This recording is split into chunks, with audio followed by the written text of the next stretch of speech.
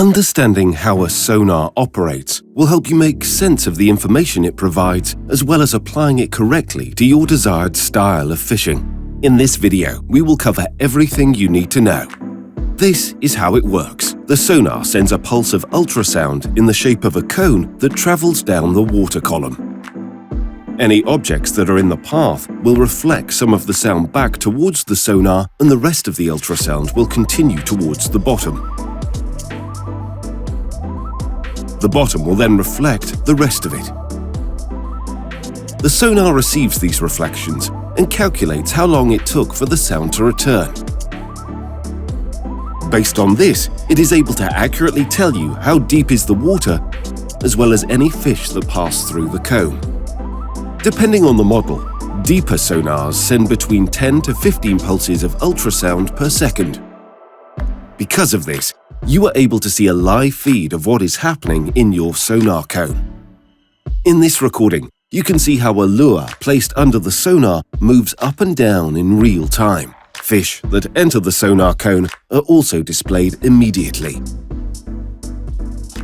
Even though the sonar scans in a cone, it displays information on your screen in vertical lines which will scroll from right to left because the sonar is continuously scanning. Here is another example. Let's say the sonar sends a single pulse of ultrasound which goes down to the bottom and then bounces back up. It receives information from a three-dimensional cone but will display it using a thin vertical line like this. When looking at your screen, it is important to understand that this represents time, not distance. As the sonar scans, new information will scroll from the right side and old information will be moved to the left. A full screen scan contains about a minute of sonar readings.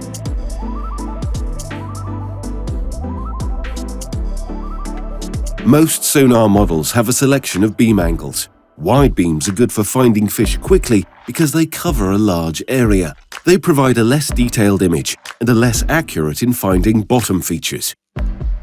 Narrow beams provide a very detailed image and are more accurate in finding features and displaying bottom hardness. They are less likely to show you fish.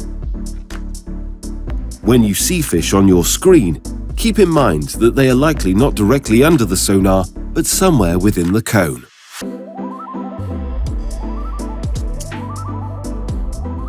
Lastly, sonars have a blind zone near the surface of the water in which they cannot detect fish.